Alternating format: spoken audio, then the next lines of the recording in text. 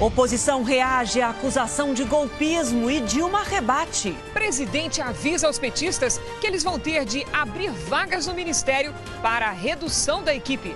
Supremo proíbe doações de empresas em campanhas eleitorais. Motoristas não são mais obrigados a usar extintor em carros de passeio. Menino de 5 anos morre ao cair do 26º andar.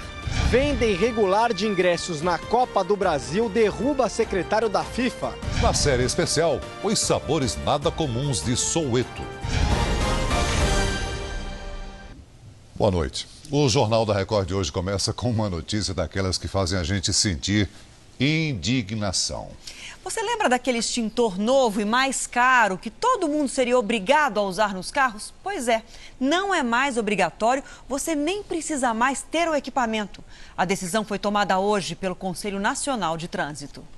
Tudo mudou há 2 semanas do prazo final para a troca dos extintores antigos pelo modelo ABC, que apaga fogo em sólidos, líquidos e gases combustíveis. O CONTRAN decidiu que extintores não são mais obrigatórios. Rony, que comprou o equipamento, acha que jogou dinheiro fora. Eu estou gastando indevidamente, me forçaram a comprar um produto que eu não precisava ter comprado. Dos 2 milhões de acidentes em carros que possuíam seguro, 800 tiveram incêndio como causa. Esses números são da Associação Brasileira de Engenharia Automotiva. Nesses últimos, 24 usaram extintor, o equivalente a apenas 3% do total. Alega-se que o operador ou o motorista ou quem está no veículo não tem habilidade, não é treinado para usar. Se essa é a razão, que se treine, que se obrigue, que faça com que nas autoescolas se ensine a utilização do extintor de incêndio. Em janeiro deste ano, quando a regra passaria a valer, a decisão causou tumulto nas lojas. O prazo foi prorrogado. Agora a tendência é de que os extintores se acumulem nas prateleiras. Eu tenho um estoque hoje em torno de R$32 mil. Eu teria que até fechar esse ponto de venda aqui. O equipamento ainda será obrigatório para caminhões e veículos de transporte de passageiros. A multa para eventual infração é de R$127. Foi enterrado em São Paulo o corpo do menino que caiu do 26º andar de um prédio. Depois de analisar imagens das câmeras de segurança, a polícia acredita que a mãe da criança não estava em casa. O menino caiu da cobertura deste prédio. Gustavo Souza Estorto, de 5 anos, morava com a mãe no 26º andar. Os pais estavam separados.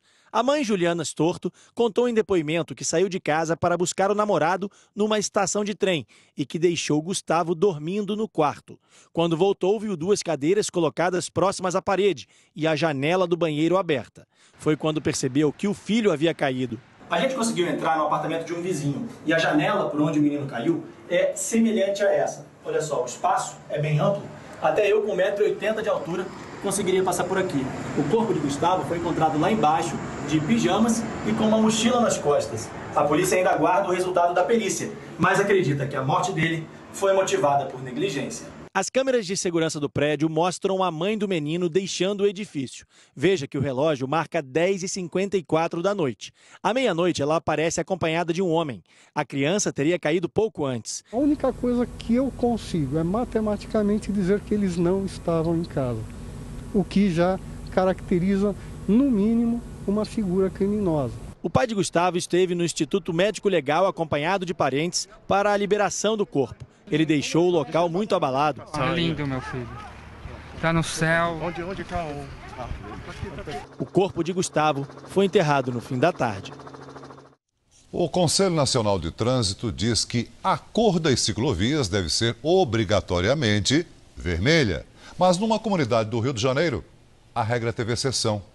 Com essa moldura, pedalar é um passeio para ser curtido a sós, a 2, em grupo. Poder contemplar essa paisagem natural de bicicleta traz uma satisfação ainda maior, né? O Rio é a cidade com a maior rede de ciclovias do país. São 380 quilômetros. Deve chegar a 450 no ano que vem, crescendo também em direção à zona norte da cidade. As pistas exclusivas chegaram pela primeira vez a uma comunidade. No Complexo da Maré, em Bom Sucesso, 10 dos 22 quilômetros previstos já estão à disposição dos moradores. Não andei de bicicleta, mas já corri nela de manhã sim. Adorei. Mas aqui o poder público teve que transgredir as normas. O Manual Brasileiro de Sinalização determina que a cor usada para demarcar áreas de ciclovias e ciclofaixas deve ser obrigatoriamente a vermelha. Mas as regras desenvolvidas nas comunidades do Rio acabaram prevalecendo e foi necessário buscar alternativa. A ciclovia teria sido pintada de azul para evitar reações de duas facções criminosas que atuam na região. A prefeitura diz que a solicitação foi feita pela Associação de Moradores, que nega o pedido. O Complexo da Amarela não tem restrição a cores. Eu posso vestir o amarelo, posso vestir o vermelho, posso vestir o azul. Se a lei diz que é vermelho, tem que ser vermelho, né? Agora, o Estado está presente nesses lugares? A polícia vai refazer o trajeto percorrido por uma estudante de 17 anos, encontrada morta numa fazenda no interior de São Paulo. A adolescente participava de uma excursão escolar e foi vista com vida pela última vez por um tratorista da propriedade. Ele contou aos investigadores que ela caminhava no meio de um matagal. As buscas na fazenda se estenderam até o dia clarear. Além de cães farejadores, o helicóptero da Polícia Militar também foi acionado. O corpo foi encontrado caído numa área de pastagem próxima a um lago. Não foi encontrada marca nenhuma aparente ou visível, né, aos olhos humanos, de alguma violência ou algum outro sinal aí que indicasse alguma agressão. Até o final da manhã, o grupo de alunos ainda estava na fazenda, mas nenhum deles pôde sair da área da sede por ordem da polícia. Os estudantes desta escola, na zona sul de São Paulo, participavam de um acampamento na fazenda que fica em Itatiba, interior de São Paulo. O corpo da estudante foi encontrado aqui nesta área, que fica mais ou menos a 1 quilômetro de distância da sede da fazenda. Ela teria desaparecido no final da tarde de ontem, depois de pedir ao grupo para se separar para ir ao banheiro.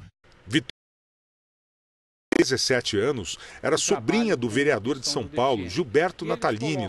A polícia afirma que no local onde o corpo estava não foi encontrado nenhum vestígio da presença de uma segunda pessoa. Em nota, a escola lamentou a morte da aluna e informou que essas atividades externas são tradicionais na instituição de ensino. Agora olha essa, você se lembra daquele cartola da FIFA que no ano passado, ao falar dos preparativos para a Copa do Mundo, disse que o Brasil merecia um chute no traseiro? Pois hoje chegou a hora dele. Jérôme Valk foi afastado do cargo depois de denúncias de um esquema ilegal para vender ingresso da Copa. Peça-chave no Mundial de 2014, Jérôme Valk agora é suspeito. No esquema, ingressos eram comercializados por um preço até 4 vezes maior do que o valor original. Valk teria ficado com metade do lucro. A denúncia foi feita por Benny Alon, empresário da JB Marketing, empresa especializada na venda de entradas para os jogos. A imprensa internacional teve acesso à troca de e-mails com Valk. Nos documentos, indícios de possíveis acordos. Em uma das mensagens, Alon confirma o negócio lucrativo. Estamos indo melhor que a Bolsa de Nova York. O empresário alegou ainda que mais de 8 mil ingressos que seriam vendidos pela JB Marketing simplesmente desapareceram. A fraude teria rendido 9 milhões de reais para Jérôme Valk, mas o cartola nega qualquer irregularidade na venda de ingressos. A FIFA pediu a abertura de uma investigação formal no Comitê de Ética. Em meio a mais um escândalo dentro da entidade máxima do futebol, a Justiça Suíça aprovou hoje a extradição de Eugênio Figueiredo para os Estados Unidos. O ex-vice-presidente da FIFA é um dos 14 acusados no esquema de corrupção e lavagem de dinheiro revelado em maio. 11 pessoas morreram no forte terremoto que atingiu ontem o Chile. O fenômeno provocou alerta de tsunami até na Nova Zelândia e nos Estados Unidos. Então vamos a Nova York, agora direto ao vivo com a correspondente Heloísa Vilela. Boa noite para você, Heloísa. O alerta de tsunami já foi retirado aí, né? Boa noite, Adriana. Foi suspenso, sim, mas o mar está agitado na Califórnia, no Havaí e na costa do Chile, do Equador e do Peru. No Chile, o dia hoje foi de avaliar a extensão dos estragos provocados pelo terremoto de 8,4 graus de magnitude, o maior do ano no país e no mundo. A presidente Michelle Bachelet visitou as áreas mais afetadas e disse que a situação poderia ter sido muito pior. Para Bachelet, o pequeno número de mortos mostra que o país está preparado para lidar com os abalos sísmicos. Ainda assim, houve muita destruição, especialmente nas cidades costeiras invadidas pela água. Segundo o governo, o desastre deixou 1 milhão de desabrigados. O forte tremor de ontem foi sentido na Argentina e também no Brasil. As áreas costeiras foram realmente as mais afetadas, mas a população dessa região está acostumada com os tremores. Ainda assim, muitas pessoas ficaram apavoradas por causa da tsunami, como contou o brasileiro Vinícius Grande.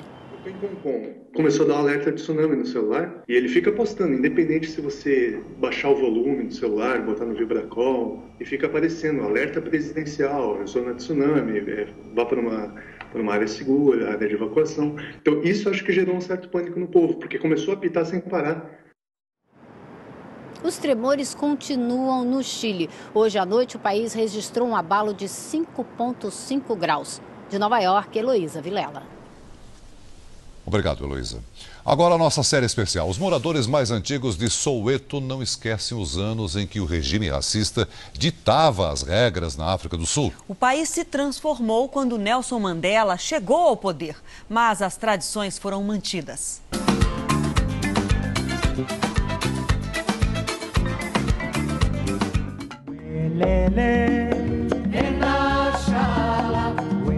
Os muitos rostos de Soweto se revelam nas tradições do povo. Seja na culinária ou no esporte. Somos recebidos com a alegria do povo sul-africano. A nova face de Soweto não esconde as raízes do bairro. As feiras livres acontecem desde que as primeiras famílias começaram a chegar aqui. Atrás da máquina de costura, um moçambicano. A África do Sul é o país mais rico do continente e recebe muitas pessoas do país vizinho. Soweto, que nasceu como bairro dos renegados, acolhe bem os imigrantes que chegam. Manuel Barros Durão é um deles e se orgulha. Sou nacional sul-africano agora. Tá vendo? Eu estou aqui há quase 30, há mais de 30 anos. Os meus filhos nasceram aqui. Encontrar moçambicanos nas ruas é uma situação comum. Aqui na Feira Livre de Soweto, o que a gente encontra muito são muitos produtos diferentes vendidos no mesmo box. Aqui ela vende tipo papel higiênico. How are you? Tudo bem, não sei aí.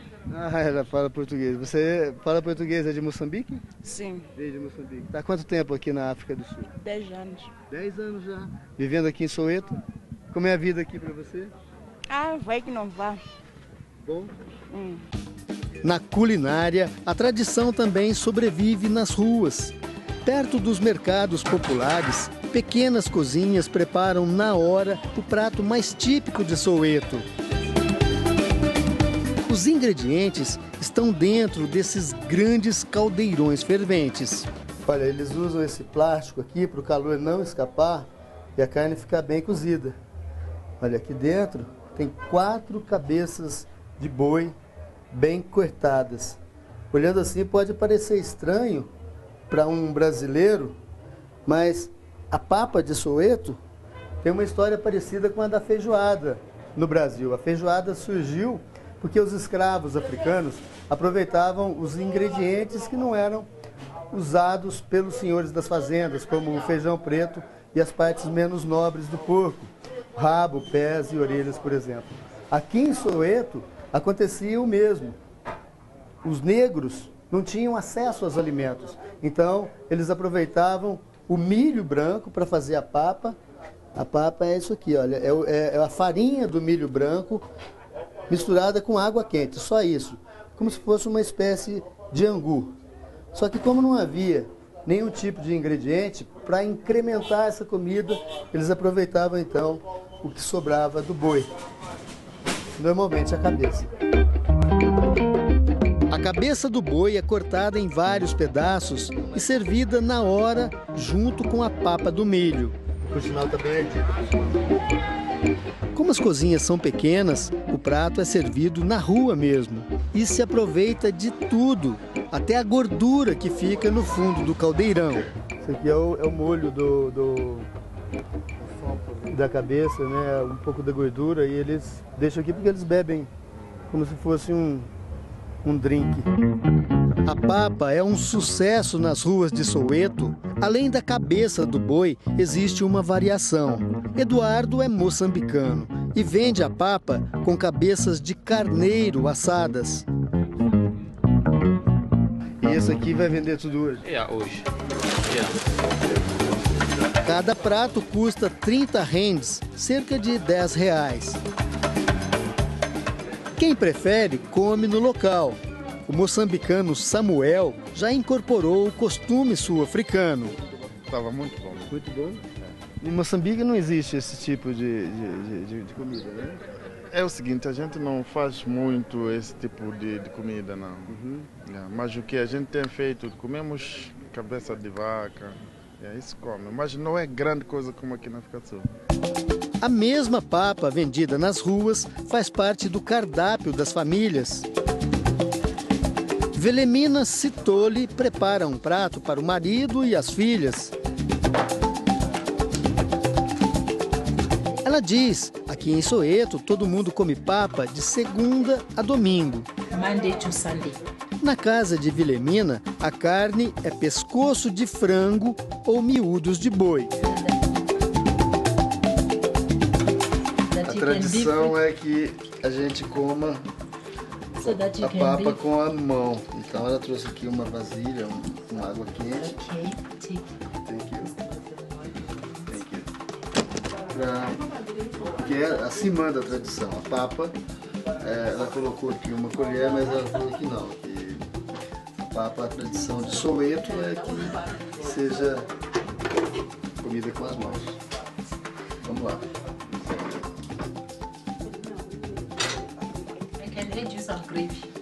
A papa, ela realmente, como não tem tempero, farinha de milho com água, ela não tem um gosto assim definido. Justamente por isso eles colocam a carne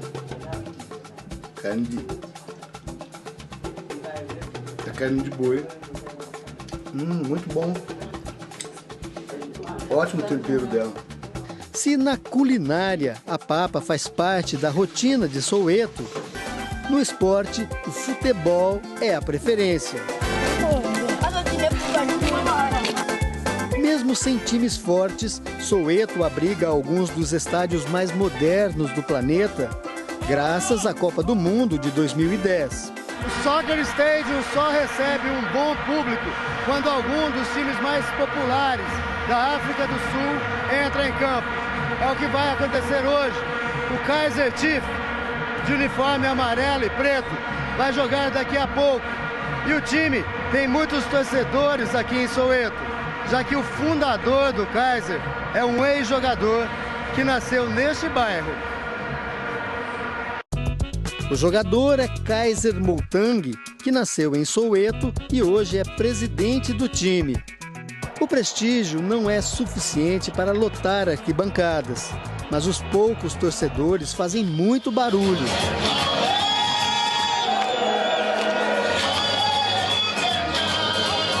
Neste jogo, uma semifinal do Campeonato Sul-Africano, 20 mil torcedores viram a vitória do Kaizer Chiefs por 1-0. Depois da Copa do Mundo, o estádio ficou completamente lotado, raras vezes. No show da banda U2 em 2011 e no jogo de rugby entre África do Sul e Nova Zelândia há 5 anos. Foi uma revanche do encontro que aconteceu em 1995, quando as duas seleções disputaram o Mundial. É o nosso destino!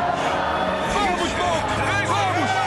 O jogo histórico é contado no filme Invictus e mostra como o presidente Nelson Mandela soube aproveitar o momento para unir negros e brancos em torno de um mesmo ideal.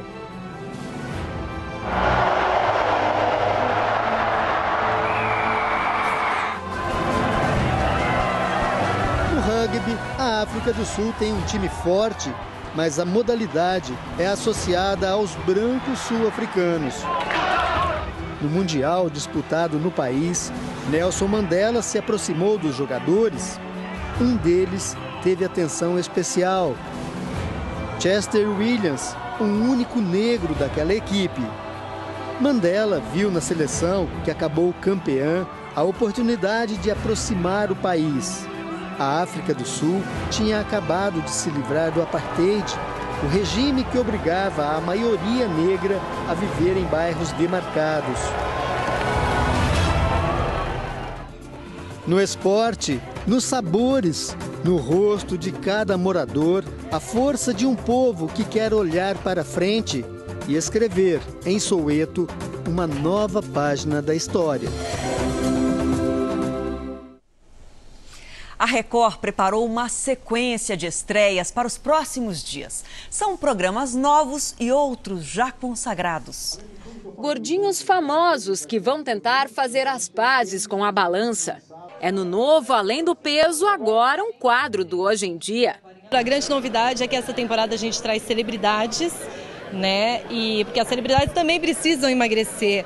Mães e esposas que topam viver uns dias em outra casa. A nova temporada da Troca de Família promete muita confusão. No final do programa elas ganham um prêmio de R$25 mil, mas é a outra, a intrusa, que decide para onde vai esse prêmio. A Record está pronta para uma sequência de estreias. Hoje apresentou aos jornalistas as novidades, todas para os próximos dias. Na cozinha, o astro internacional Bud Valastro. Em A Batalha dos Confeiteiros, a partir do dia 30 deste mês, existe uma missão: encontrar o melhor confeiteiro do Brasil. E o Roberto Justus, ele já trocou o terno pela calça jeans. O apresentador está ansioso para comandar pela primeira vez a Fazenda no interior de São Paulo. Sinto um friozinho na barriga gostoso, naquele de estar chegando o momento do ao vivo, de entrar no ar. A identidade dos participantes ainda é mantida em sigilo. Os primeiros nomes devem ser revelados no programa da Xuxa na próxima segunda-feira. Os outros, só na estreia. Para receber o prêmio de R$2 milhões, os escolhidos terão que dar conta dos trabalhos no campo. Qual deles tem a força interior para aguentar a pressão e aguentar o isolamento? Esse vai ganhar o programa.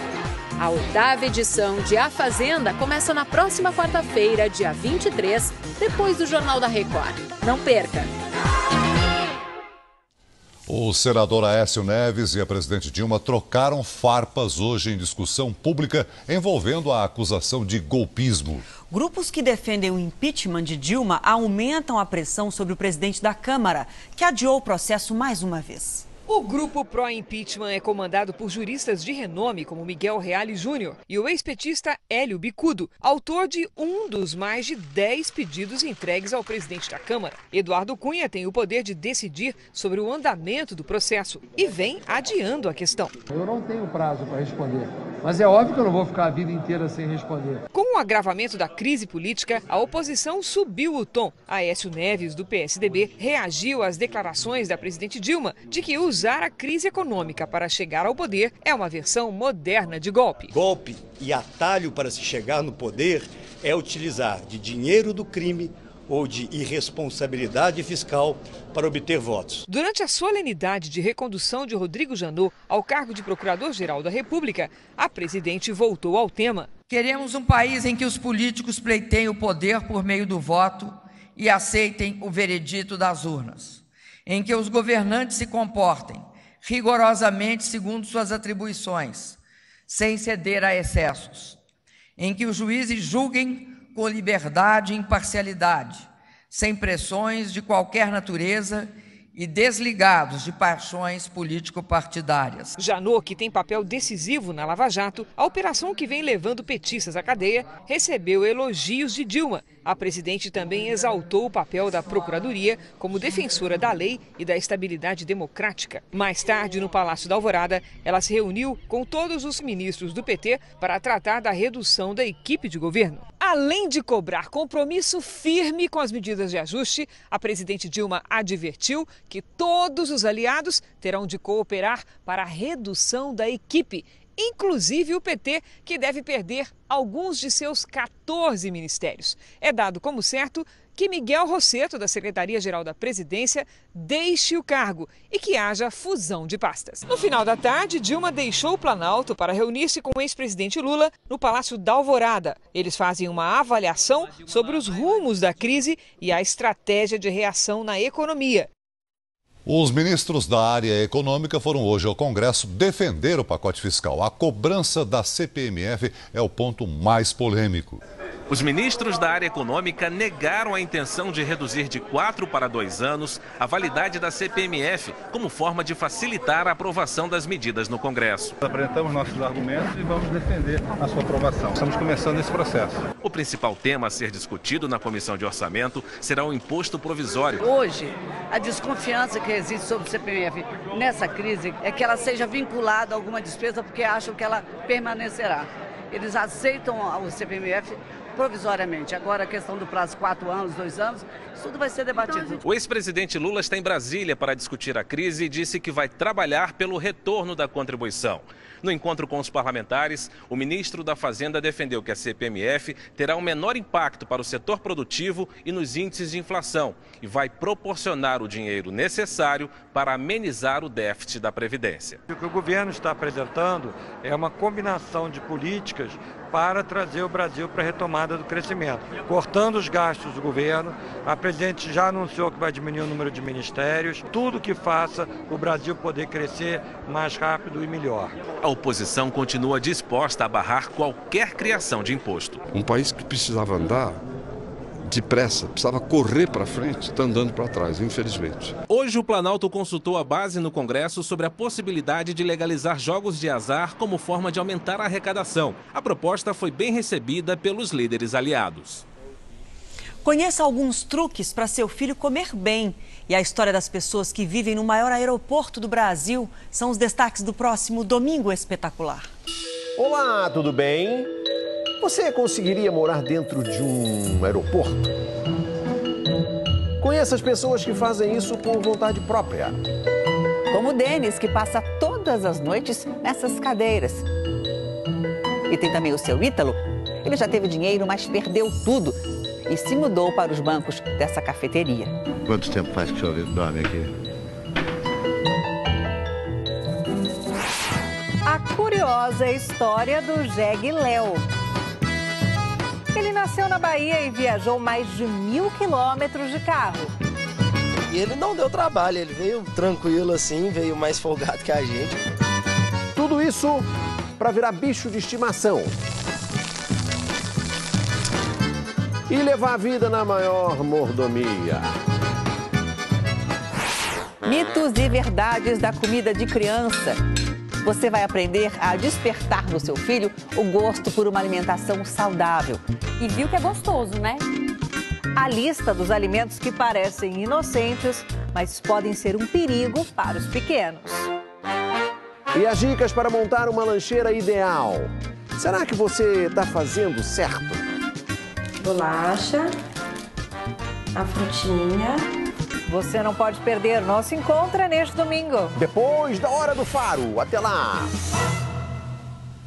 Veja a seguir, o Banco Central americano decide manter taxa de juros e aqui no Brasil o dólar volta a subir. E você vai ver também como evitar a obesidade infantil daqui a pouco.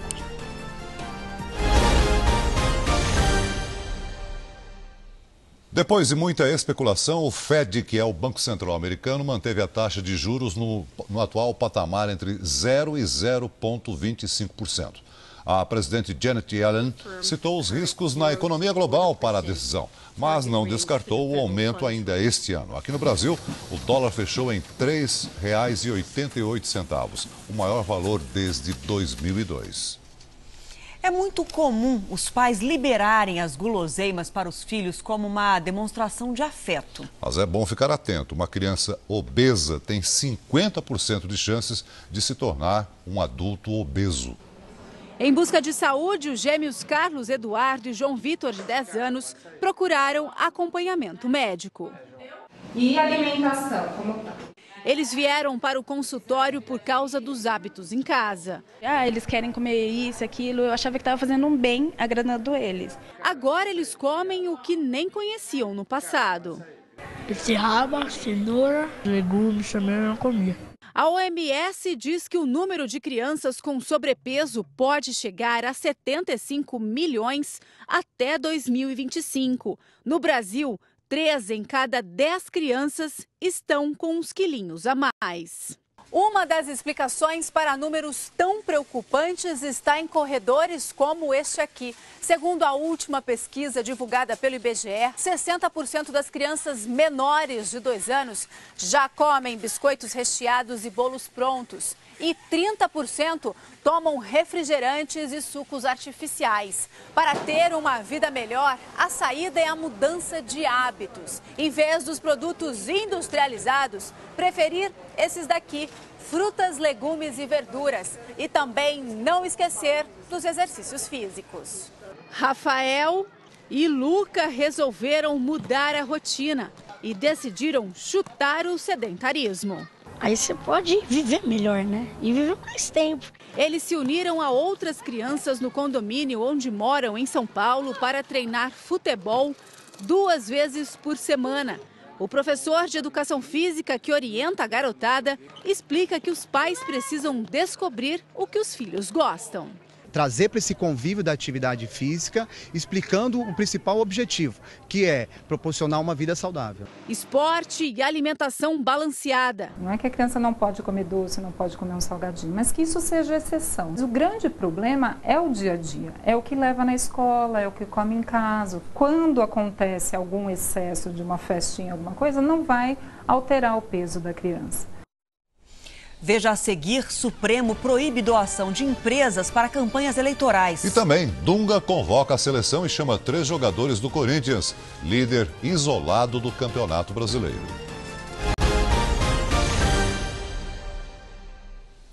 O Supremo Tribunal Federal proibiu a doação de empresas em campanhas eleitorais. A decisão já vale para as próximas eleições. Por 8 votos a 3, o STF muda a atual regra eleitoral e determina que as legendas só podem receber doação de pessoas físicas e repasses do fundo partidário. Há uma influência que eu considero contrária ao que põe a Constituição. Pessoas jurídicas de direito privado, embora não ostentem a condição de cidadania, têm sim interesses legítimos. Semana passada, na votação da reforma eleitoral, o Congresso aprovou um projeto que autoriza o financiamento privado de campanha apenas para partidos políticos. O texto aguarda a sanção da presidente Dilma, mas ela deve vetar este trecho sob o argumento de que a lei já nasceria inconstitucional por causa da decisão aqui do Supremo. O entendimento dos ministros do STF é de que a decisão já vale para as próximas eleições,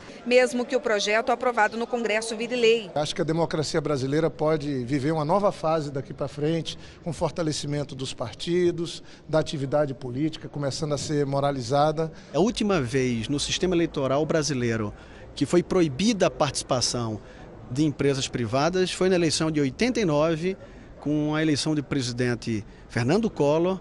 Foi quando surgiu PC Farias e o resto da história o Brasil conhece. A sexta-feira pode ter calor recorde em muitas cidades do interior do país. Em Cuiabá, a máxima é de 41 graus. No Rio de Janeiro, amanhã faz 38, mas no sábado a temperatura pode subir ainda mais e chegar aos 40 graus. Tempo muito seco do Paraná até o norte e nordeste, clima de deserto. No centro-oeste, com umidade do ar abaixo de 12%. Uma frente fria ainda provoca temporais entre o Rio Grande do Sul e o sul paranaense. Pancadas de chuva atingem a área entre Acre e Roraima e da Bahia a Pernambuco. Em São Paulo, o dia será ainda mais quente. Amanhã, máxima de 34 graus. Em Belém, faz 33. Em Maceió, 31 graus. Em Florianópolis, chove forte e a máxima é de 25. Morreu hoje, aos 87 anos, o diretor de cinema e televisão, Carlos Manga. Manga foi um dos principais diretores do período de ouro da Atlântida, nos anos 50. Realizou 32 filmes, entre eles clássicos com Oscarito e Grande Otelo. Na televisão foram mais de 50 anos, dirigindo novelas, seriados e programas, inclusive aqui na Record. Carlos Manga morreu na casa dele no Rio de Janeiro. A causa não foi divulgada. Depois de mais uma derrota no Campeonato Brasileiro, o Fluminense trocou de técnico. Anderson Moreira foi demitido e Eduardo Batista, que estava no Sport do Recife, será o novo treinador. E o técnico Dunga convocou os jogadores da seleção brasileira para as eliminatórias da Copa do Mundo. O atual líder do campeonato cedeu 3 atletas. Apesar da derrota para o Inter em Porto Alegre, 3 jogadores do Corinthians tinham o que comemorar hoje no desembarque da equipe. Foram convocados para a seleção brasileira. A gente fica feliz pela oportunidade novamente na seleção e agora é continuar trabalhando da mesma maneira. Queria comemorar essa convocação com uma vitória, com pontos. Infelizmente não foi possível. Elias e Gil já haviam sido convocados por Dunga em outras oportunidades. Por isso, a surpresa na lista ficou mesmo pelo nome de Renato Augusto. Uma alegria muito grande, principalmente por tudo que eu passei, por estar coroando um trabalho não só meu, do Corinthians. O Corinthians se igualou assim ao PSG da França, que com Lucas, Davi Luiz e Marquinhos também teve 3 jogadores convocados para os 2 jogos iniciais das eliminatórias da Copa, contra Chile e Venezuela em outubro. Nós confiamos nos nossos jogadores, no nosso trabalho, no que nós vamos fazer. Nós vamos sofrer, mas vamos nos classificar. A notícia negativa é que Dunga não poderá contar com Neymar, que está suspenso. O Jornal da Record de hoje termina aqui. Você pode rever na íntegra essa edição no R7 Play. Fique agora com o Gugu e o quadro que testa a solidariedade das pessoas. E a gente tem um encontro marcado amanhã aqui no JR. Até lá. Boa noite, até amanhã.